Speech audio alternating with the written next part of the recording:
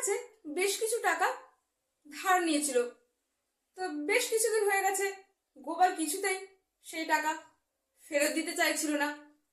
পাওনাদার প্রায়ই গোপালের বাড়িতে যেত টাকাটা চাইতে, কিন্তু গোপাল আজ দিচ্ছি কাল দিচ্ছি বলে নানান বাহানা করতে থাকতো। তো একদিন গোপাল সকালে যাচ্ছিল বাজার করতে।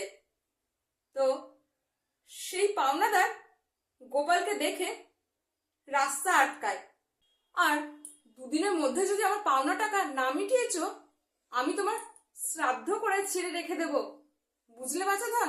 তখন মজা টের পাবে। গোপাল এই কথা শুনে পাওনাদারকে বলল, আপনি আপনার পাওনা টাকা ফেরত পাচ্ছে না, আর উপরন্তু আমার শ্রাদ্ধের খরচা বহন করতে চাইছেন? এই কাজটা আমার ছেলেকেই করতে দিন। আমার শ্রাদ্ধের খরচা বহন করলে কি আমি ওপর থেকে টাকা নিয়ে এসে আপনাকে আশীর্বাদ করবো নাকি? এই বলে গোপাল মুচকি হাসলো।